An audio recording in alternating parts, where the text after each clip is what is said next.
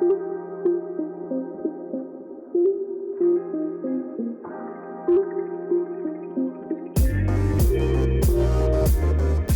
est devenu l'invité le plus invité sur Storylifique et pour cause. François Sarano a un parcours parsemé de personnages entrés dans la légende.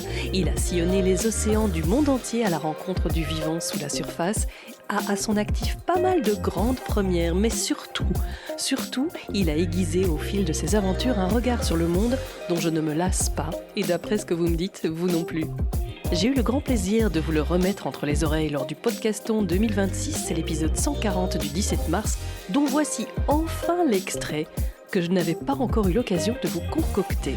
Il faut dire que 2 épisodes la même semaine pour honorer le podcaston, ce fut chaud, je commence seulement à m'en remettre.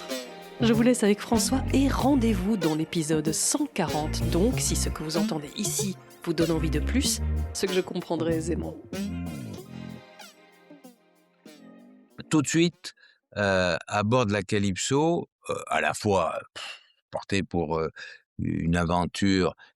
Non, c'est pas tant l'aventure, l'exploration formidable, dans des lieux qui étaient des lieux inexplorés, non plongés et parfois peu exploités ou pas exploités du tout. Donc des lieux que, à cette époque, on n'imaginait pas pouvoir explorer. Mais l'autre chose, on avait les moyens de le faire. Et ces moyens, c'était l'équipe.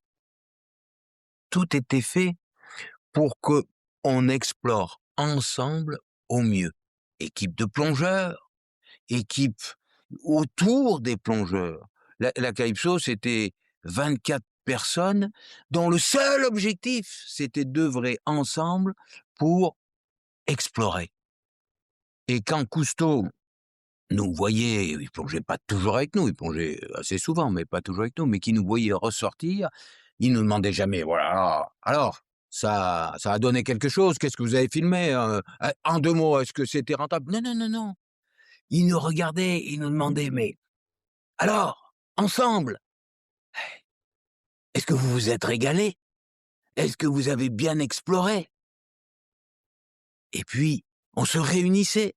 Il y avait les grandes tablées, 2 quarts, on était nombreux, alors il y avait 2 tablées successives et on partageait ces moments et on est comment dire? On vivait ces moments ensemble. Non seulement on les concevait ensemble, non seulement on les partageait au fond, sous l'eau ensemble et Dieu sait si c'était compliqué parce qu'il fallait être extrêmement soudé pour que le caméraman, puisse filmer au mieux des animaux bien éclairés avec un plongeur. Il fallait une coordination formidable de tout ça. Mais on vivait chacune des plongées après, on les partageait et puis on discutait ensemble, équipe. Ensemble de ce qu'on pouvait faire pour, à la fois mieux explorer, la plongée suivante ou pour améliorer la manière dont nous évoluions en commun. Il faut bien imaginer que pour avoir une belle image, on avait, à une époque où les caméras n'avaient pas de viseur, il avait besoin de profondeur de champ un peu supérieure. Enfin bon bref, il fallait que le caméraman soit mis dans les conditions idéales et donc nous évoluions tous ensemble pour amener le caméraman dans cette position-là idéale. Il y avait 2 éclairages, 2 personnes qui portaient des grosses lampes, l'une pour éclairer un petit peu, de côté, le sujet que le caméraman filmait, l'autre pour arroser un peu plus en douche, mais en contre-jour, pour faire dessiner les contours de ce qui était filmé. Donc il faut se positionner ni trop près pour pas brûler l'image, ni trop loin parce que ça n'a plus ça n'a donné plus de lumière et ça déjà à trois plongeurs, hein. Et puis après, ces plongeurs, ils portaient des lampes, mais les lampes, elles étaient reliées par des câbles, 100 mètres de câbles, au générateur qui était sur les Zodiacs. Ça m'intéresse cette notion de plaisir que mettait en avant Cousteau. Qu'est-ce que tu penses de la notion de plaisir dans un monde par rapport au monde de la performance? Mais je pense que le monde de la performance loupe quelque chose lorsqu'il ne s'appuie pas sur la gourmandise, le plaisir. Cousteau disait: «Chez moi, on taille sa veste à la mesure de ses épaules». Mais c'était pas épaules point fort, c'était gourmandise. Ah! Je vous donnerai les moyens d'explorer. Je vous donnerai les moyens de réaliser vos rêves. Oui, il y avait de l'argent, mais il allait le chercher.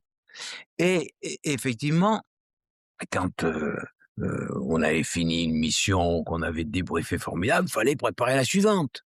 Alors, François, où on va? Gic, en Indonésie. Formidable. Allez, on y va. Mais l'Indonésie, c'est grand. Choisissez! Alors, avec Véronique, on regardait où il y avait des grands courants qui pouvaient amener des upwelling, des remontées d'eau profondes, où la vie devait être exubérante. Personne n'était allé dans les endroits où nous imaginions aller, et hop, et et là, ça répondait à un pur plaisir. Un plaisir d'abord de recherche. Où est-ce que dans ce monde qu'on ne connaît pas, on va pouvoir trouver une vie formidable à filmer? Et cette recherche, elle se faisait comme une enquête. Une enquête, on allait au musée océanographique de Monaco, qui avait la seule bibliothèque extraordinaire d'océanographie, et dans les grands livres, on cherchait les éléments, bref, à droite, à gauche, qui nous permettraient d'imaginer des zones. On est là, on n'est pas à l'habit de la route, des zones globales où la vie pouvait être exubérante. Et puis petit à petit, on affinait. Et dans oui, c'était comme une enquête, comme un jeu de pistes. Et après, c'est la surprise quand on arrivait avec Calypso. Mais non, on avait bien préparé.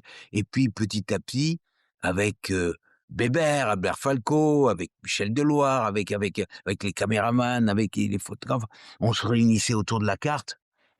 Là, on était dans le détail et on disait quelle pointe? Où est-ce qu'on va explorer? Le vent est là, les courants là, cette pointe-là, elle va être bonne. Oh, donc là encore, un pari. On faisait que des paris, et hop, on a eu, ah ben il y avait rien. Alors on revient à bord, et où c'est?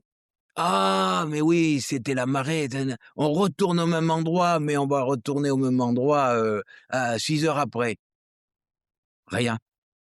Ah mais oui, mais ici les marais, c'est pas le même rythme. On va retourner, et là, exubérance, des fleuves de poissons, des quand on joue comme ça à découvrir, on peut pas s'arrêter. On peut pas s'arrêter. On travaille pas. C'est fatigant. C'est même parfois éreintant. Quand on revenait d'une expédition, c'est comme si on sortait d'un match de boxe, hein.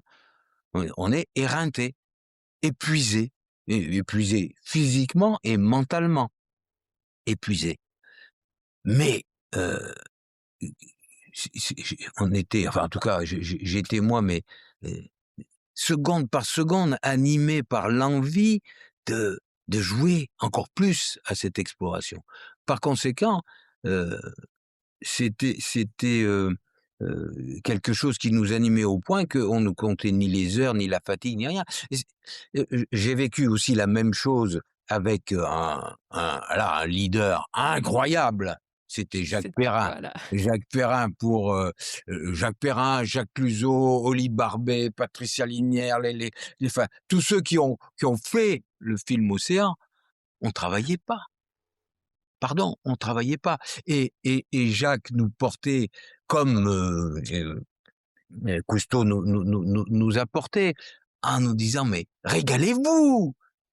Allons-y!» C'est bien sûr que c'est ce qu'on appelle du travail, parce qu'on est payé pour une activité, mais mais mais il y avait pas d'heure, il y avait pas de jour, il y avait pas de semaine, il y avait pas de mois. C'était d'une telle jouissance que d'être en équipe. Alors l'équipe Galatée, de Jacques Perrin, mais c'était un bonheur, un plaisir, et donc on dépasse tout, on dépasse tout. Il y a pas de comptabilité, on s'en fiche, on s'en fiche. C'est donc je regrette que le monde ne soit pas animé par, la gourmandise de la découverte, la passion de faire, quelque chose et on me dit: «Oh, vous êtes en usine». Mais attendez, ça peut être la même chose. Si tout d'un coup, on vous donne un projet à faire, la la taylorisation du travail, le fait qu'on segmente, toi tu fais ce truc-là, tu fais là, c'est la mort. Pourquoi? Parce que personne n'a, il a pas de sens au travail. Il y a pas de sens. Je ne construis pas quelque chose.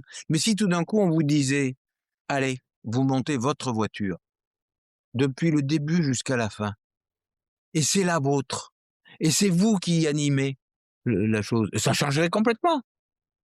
Ça changerait complètement. Il y aurait un commencement et un aboutissement. Voilà l'œuvre. J'ai fait une œuvre et cette œuvre-là, elle vous anime, elle vous anime. Mais si vous faites les boulons de 1000 voitures, ça vous anime pas. Si cela t'a plu, on se retrouve pour la version complète dans l'épisode 140. N'hésite pas à en parler à un ami ou à un inconnu pour les plus audacieux. Vos recommandations sont ce qui aide le plus le podcast, et c'est tant mieux. Tu peux t'abonner à la newsletter ou aux réseaux sociaux de Storylifique, tout est repris dans les notes. Tu peux aussi écrire un avis sur ta plateforme d'écoute, les recommandations ici aussi aident beaucoup le podcast à se faire connaître. Et quoi que tu fasses aujourd'hui, fais-le bien. À bientôt.